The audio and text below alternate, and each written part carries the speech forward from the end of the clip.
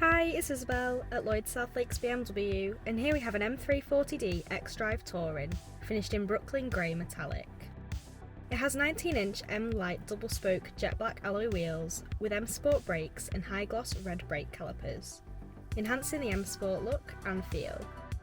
In the rear windows it has sun protection glass, protecting backseat passengers from harmful UV rays, while also adding an element of privacy.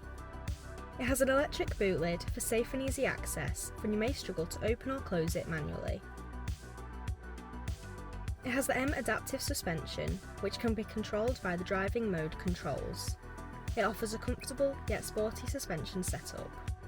It has a reverse camera, assisting you with parking and reversing, as it gives you extra visibility to use as well as your mirrors. It has a top speed of 155 mph, and with 340 horsepower, it can get from 0 to 62 in 4.6 seconds.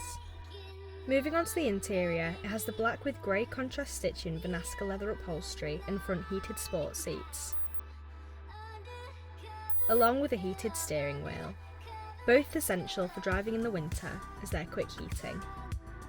It also has the highly desired head-up display, which displays relevant information to the driver so they don't have to take their eyes off the road.